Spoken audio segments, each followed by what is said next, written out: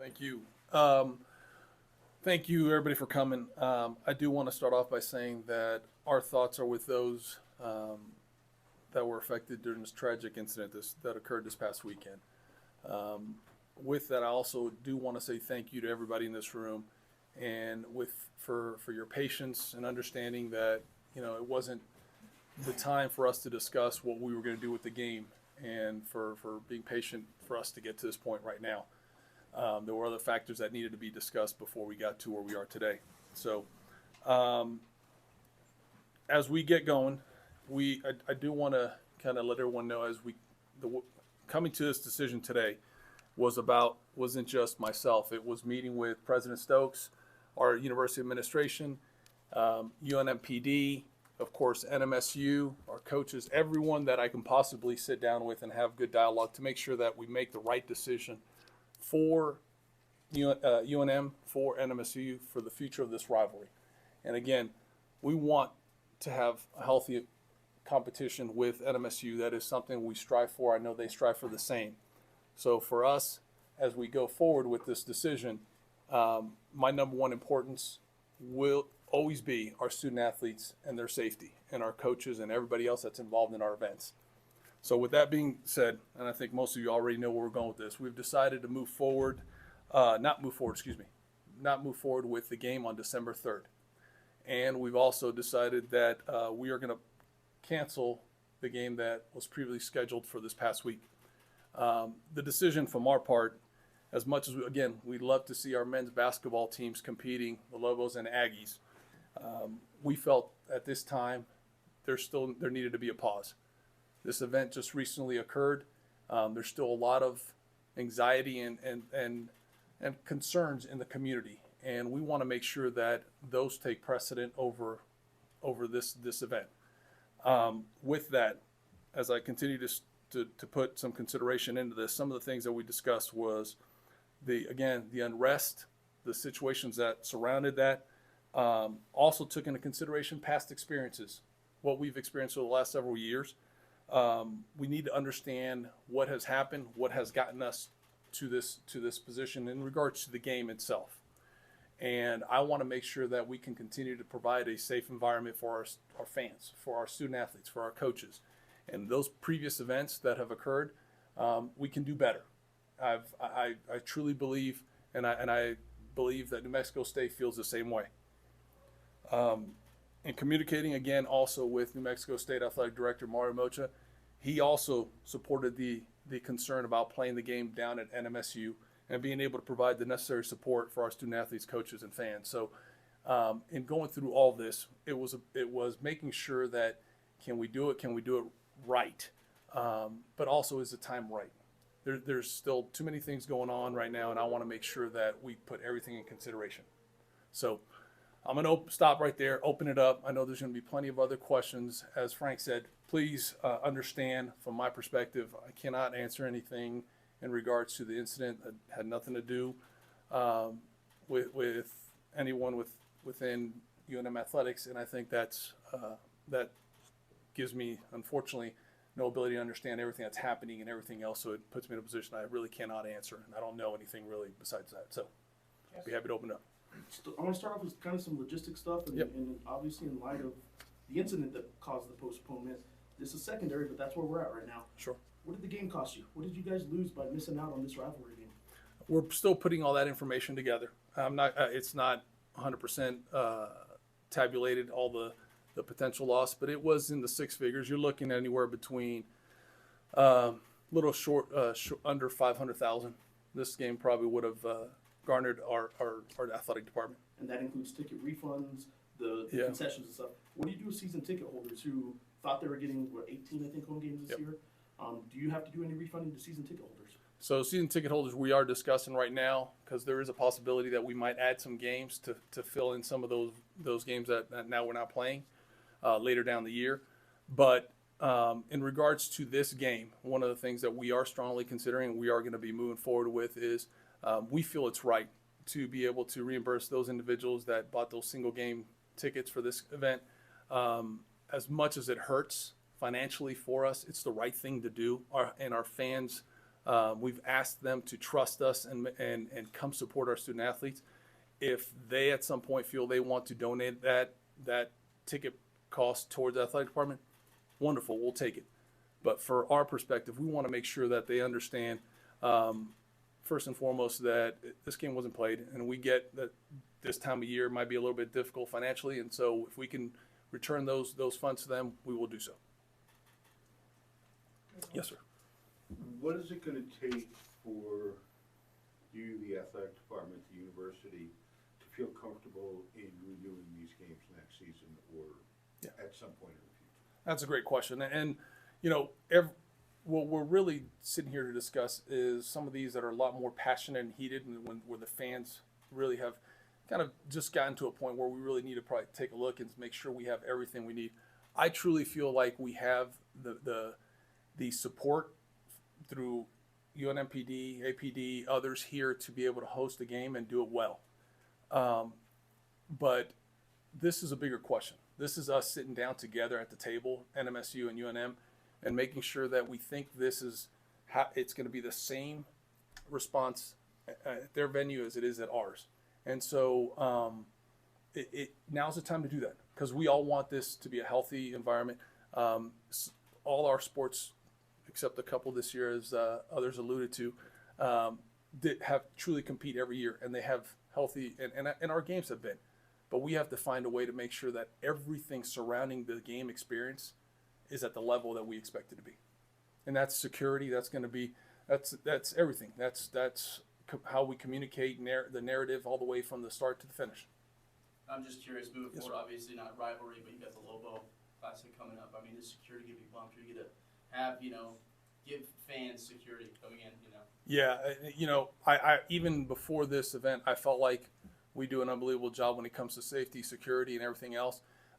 We all had already been talking with the isotopes prior to this, so this isn't, I don't want to say this is reactionary. We had already begun the conversations. We were planning on adding metal detectors as they use. Unfortunately, we didn't have all the ones available for this past weekend. We just would have had some gates and not all, and we didn't want to do it just not fully executed. But you're going to see that as we move along, and that's something we had already discussed. That's something we wanted to implement. We feel it's something that, yes, it might add a little bit, a second or two here to getting into the event, but it's the right thing to do right now. We're seeing it everywhere from Pope Joy to isotopes, and it's something, if we can manage, and we're working, as I said, with isotopes, they've been unbelievably helpful with this. We're going to get it implemented. But from start to finish, I do believe that we do an exceptional job here through our event staff and our security. We have a great partnership with UNMPD and APD, and heck, it goes all the way to Rio Rancho. And so we do a great job, and I appreciate their efforts, and we're going to continue to put an emphasis on that. When it comes to creating the safe environment that you guys, obviously both schools want to try and do before this can be played again, how much of that has to do with the players themselves, the safety for those players, but also maybe surrounding the game itself? This wasn't something that happened at a game, but it stemmed from a fight that happened at one of these games. And I'm just curious, what steps you guys can take to, A, ensure that at the games it happens, but also the events surrounding the game. Do you have to change anything? No, I think we have to look at everything. I think if we're going to do this right, we have to make sure that we understand that when we talk about an event on our campus, that, and many of you heard me said, the game experience, the fan experience is really from the moment you get in your car, you drive to campus, all the way to the time you get home, because that whole experience from traffic to parking is all part of this. And any event associated surrounding one of our events is something we need to consider. So I would tell you that nothing's off the table. We're going to make sure that we discuss every aspect of it. I know for ours, I would say my second or third year, we had several contests here that we had some circumstances outside that weren't to the level that we expected. We've used those experiences to help us be better in our actions. And so I think that's part of this is we've got to find ways to make sure that we have the necessary resources, support at our venue. If we're going to play them there, we expect those to be the same as well. And so that, and Mario agrees, and that's something we're going to sit down and have those conversations. Football is here next year, so it's our basically our wheelhouse to make sure that we show that we can do it and do it really well. Are you able to confirm that there have been discussions about what happened in October, even before this past weekend, that the actions in that October 15th, the game there, the actions that happened in the stands, the actions that happened with players, and incidents that happened at that game, was that something you guys were already in discussions in any way with NMSU about before this weekend? You guys all know me. There were incidences that had occurred in the stands that were affecting our players. We had things thrown at our players. We had stuff stolen from our benches. There were several incidences that occurred down there that were not to the level that we expected. And yes, we did communicate this to NMSU. They are aware of this.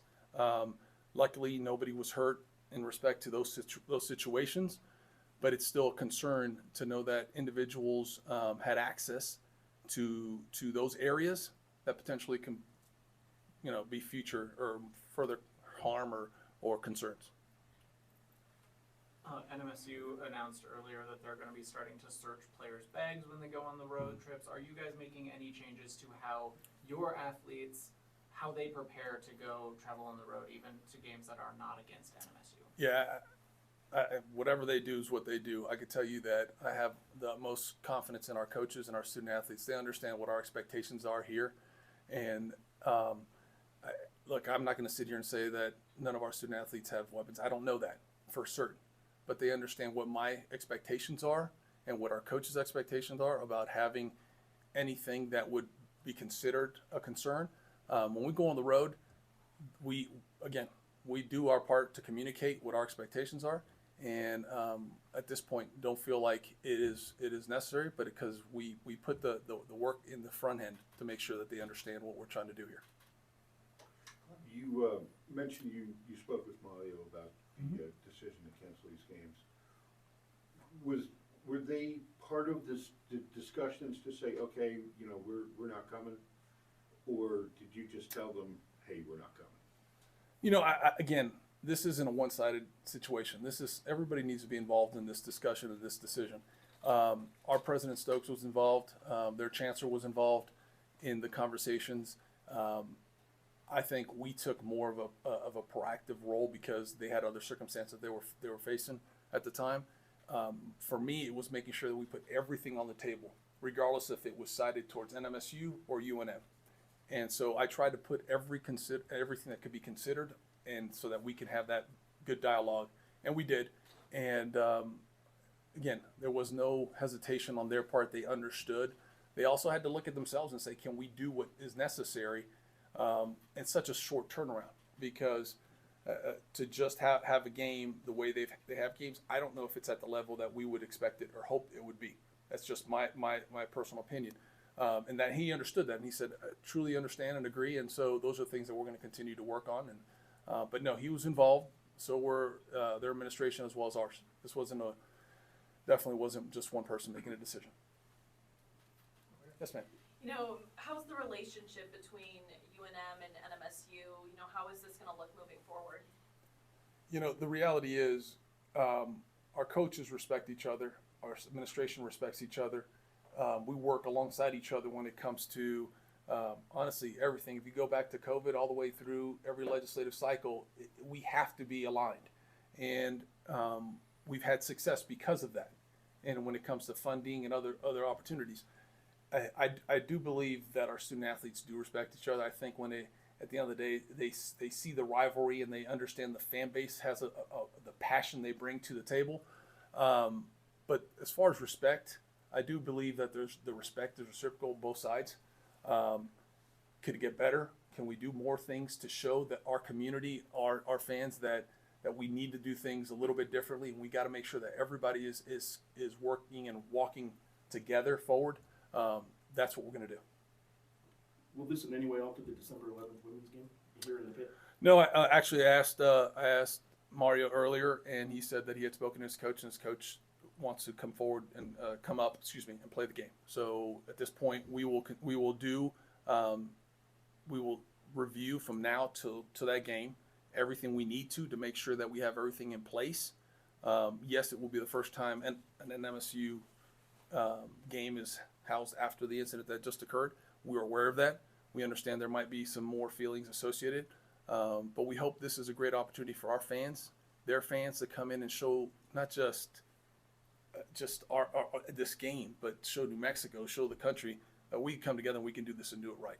So I'm a big believer in trying to use this as an opportunity, these events, to show everybody every time how great we can do things here. And that's going to be the first step. It's going to be the first opportunity that we have together to be able to say, and so will you see certain things differently? Possibly. Will I expect a drastic change? No, because I really do believe we do things extremely well. But there's always opportunity for growth, and those opportunities are better things. Yes, ma'am. According to our partners at the Albuquerque Journal, there was a UNM women's basketball player that left the program and apparently the university because of the recent gun violence. Just curious for a comment on that and if any other players have taken a similar measure. So, look, I'm going to speak in general first. We have a phenomenal group of student athletes, and I hope every time they come on campus that they're here to 4 or 5 years, that they finish their degree here, they excel athletically, academically, they do everything they can. But I also know that this is a different time when it comes to transfers, opportunities for people to really look. There might be other factors besides this that led to this decision. I'm a parent. I'm concerned just as others when it comes to safety and everything else. But I'll tell you this, I wish her the best. I really do. I understand.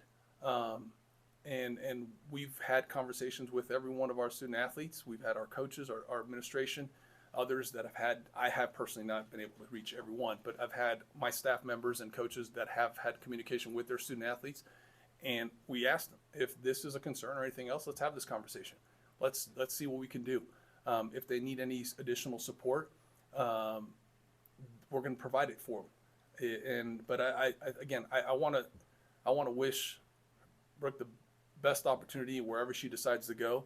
I would have loved to have seen her continue her education and her opportunity, because I think she's a special athlete.